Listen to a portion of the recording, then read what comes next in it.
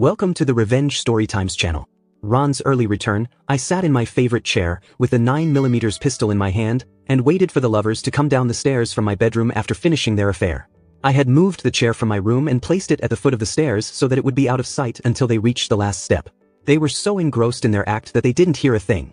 Upon returning early from a business trip and planning to surprise my wife with a vacation in Hawaii, I was instead the one surprised.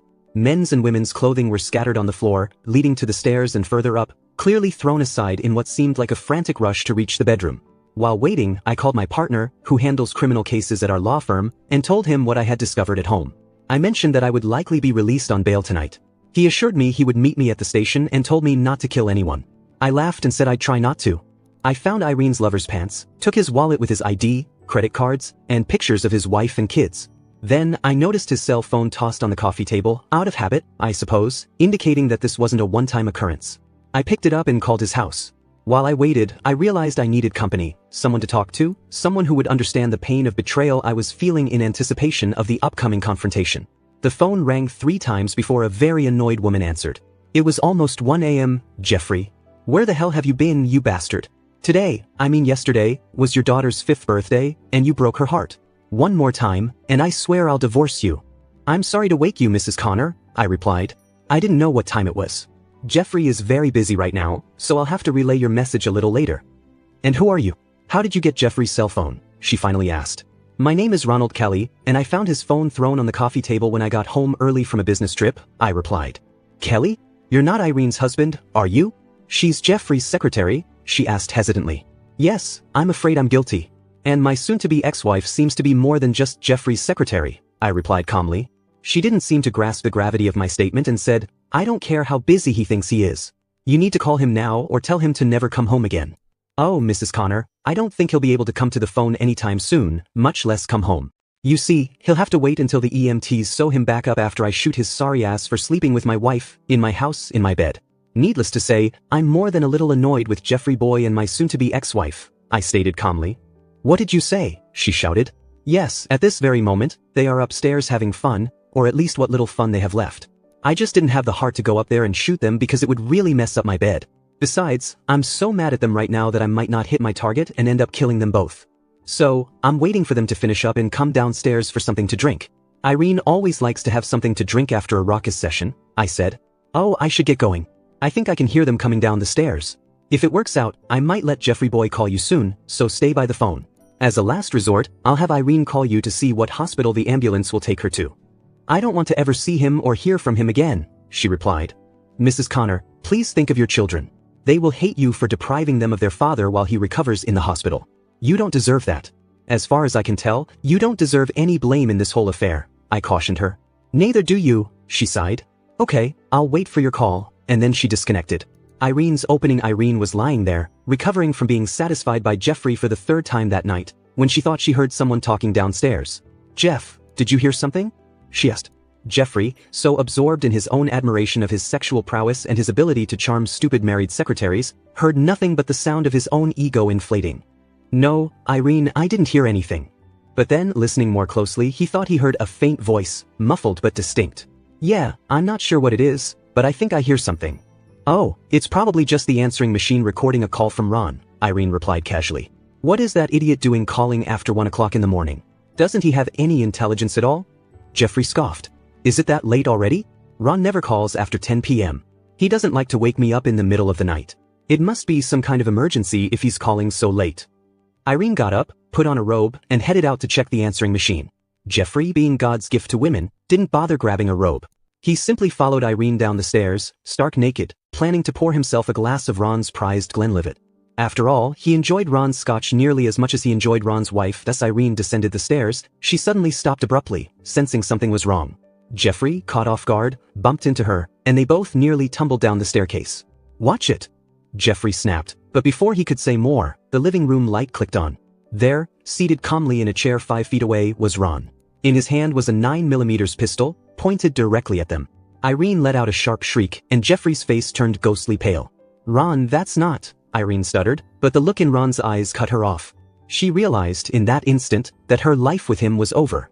Shut up, you stupid, cheating liar, Ron said coldly. Irene slumped to the floor, trembling. Ron turned his attention to Jeffrey. Well, at least I won't have to buy a new robe, Jeffy boy. I guess I have you to thank for that. Of course, I'll have to buy new bedding, a new bed, and a new wife. But hey, you can't have everything, can you? Jeffrey's eyes darted toward the stairs as he began calculating his escape route. Ron noticed.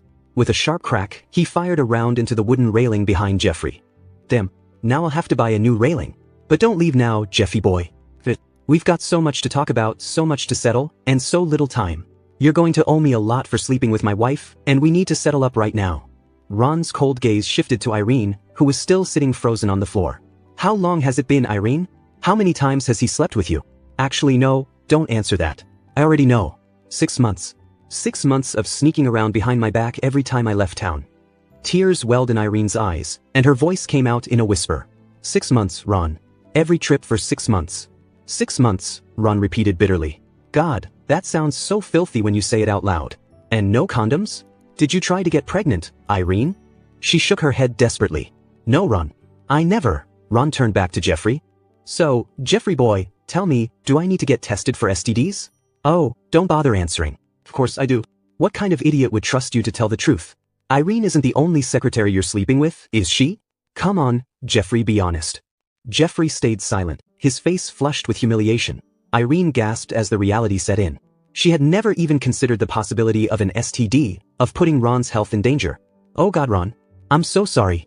I didn't even think about that. But I was on birth control pills the whole time. Ron let out a bitter laugh. Oh, what a thoughtful little cheat you are, Irene. But guess what? You're not my darling anymore, are you? You haven't been for 6 months. Tell me, Irene, was Jeff the first, or were there others before him? No, Ron. Jeffrey's the only one. You have to believe me. I only love you. It was just sex. No, Irene. It wasn't just sex. It was everything. You've destroyed our marriage, shattered my trust, and robbed me of my dignity. You've broken your vows, stolen our chance at having a family, and jeopardized both our health with your recklessness. It's not just sex, Irene. It's the end of everything. Ron turned back to Jeffrey, his voice low and dangerous. So, Jeffrey boy, what am I supposed to do with you now? Let's see. First, I'm going to sue you for alienation of affection, which will make for a very messy divorce. Then, I'm suing your company, your board of directors, and their parent company for failing to uphold their moral standards. But the best part, Jeffrey boy, is this. Ron tossed Jeffrey his cell phone. While I was waiting for you two to finish upstairs, I had a delightful little chat with your wife. By the way, you shouldn't treat your daughter like crap. Yesterday was her birthday, and instead of being with her, you were here with my wife. Jeffrey's face went pale as Irene gasped audibly. Oh no, Ron. You didn't. Irene cried. Oh yes, Irene. I did, Ron replied calmly. Jeffrey boy, did Irene ever tell you what I do for a living? Irene shook her head, her face a mask of horror. Well, Jeffrey, I'm one of the top 3 divorce attorneys in this state. And the other 2? They work for me. Your wife will have the best representation possible, and it won't cost her a dime. Jeffrey turned away, trying to process his impending ruin. But you, Jeffrey, you're going to pay. Through the ass. With that, Ron fired a single shot, hitting Jeffrey in the right buttock. Jeffrey collapsed to the floor, screaming, You shot me! You shot me! You're lucky I didn't kill you, you bastard! Ron shouted back. Ron turned his attention back to Irene, his voice steady. When the ambulance arrives, get the name of the hospital they're taking Jeffrey to. Then, be kind enough to call his wife and let her know. Make sure their children can visit him in the hospital. It's the least you can do after destroying their lives. Irene nodded weakly and stumbled off to find towels to press against Jeffrey's bleeding wound. Meanwhile, Ron calmly picked up the phone and dialed 911, reporting the incident and requesting both police and an ambulance. I had already contacted my firm, and my criminal defense attorney was on his way. After hanging up the phone, I turned to Irene and said, When the ambulance arrives, get the name of the hospital where your lover is being taken. Be so kind as to call his wife and let her know. That way, she can make sure his children can see him while he recovers in the hospital. It's the least you can do after ruining their lives with your adultery. Irene nodded her head silently and went to get towels to press against Jeffrey's bleeding wound, trying to stop the flow before the ambulance arrived. Later, as I was being led out in handcuffs, standard procedure in the event of a shooting, I turned to Irene one final time. Pack your things and get out of my house before I get back. We will divorce under the terms of the prenup. No counseling. No delays from your lawyer. Or I will destroy you. And before you leave, don't forget to change the sheets on my bed and clean up after yourself and Jeffrey boy. I don't want to see any trace of either of you when I return. It's bad enough that you slept with him, but to do it in my house, in our matrimonial bed? Do you hate me that much, Irene? Irene hung her head, her face pale and her shoulders slumped in defeat. She said nothing. She knew that because of her betrayal, she was nothing more than a ghost to me, a lifeless, hollow shell of the woman I had once loved. No matter what she said, it wouldn't change anything. Thank you for listening. Until the end, see you in the next episode of Revenge Storytimes. Take care of yourself and your loved ones. Goodbye.